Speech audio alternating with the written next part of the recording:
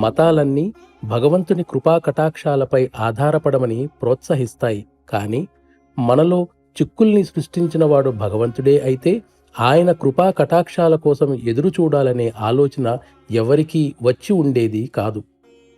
మానవ జీవితంలో ఆటుపోటులు సహజం.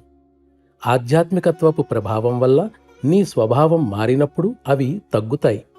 భవిష్యత్తులో జరగబోయే సంఘటనలను గురించి ముందుగా చెప్పే సామర్థ్యాన్ని నేను పట్టించుకోనని స్పష్టంగా చెబుతాను. కానీ నా గురువర్యుని ఇష్టానుసారంగా అప్పుడప్పుడు వాటిని గురించి నాకు కొన్ని సూచనలు వస్తూ ఉంటాయి. మానవ మర్యాదను అనుసరించి వాటితోనే మనం తృప్తి చెందాలి. అదే భక్తి యొక్క ప్రాథమిక నియమం. మన కోరికలకు సంబంధించిన దాన్ని అన్వేషిస్తే మనం నిజానికి గురువుకు సమర్పించుకున్నామని చెప్పుకోలేము. శరణాగతి విషయంలో అభ్యాసి యొక్క ఇచ్ఛ గురువు ఇచ్ఛలో లయమవుతుంది.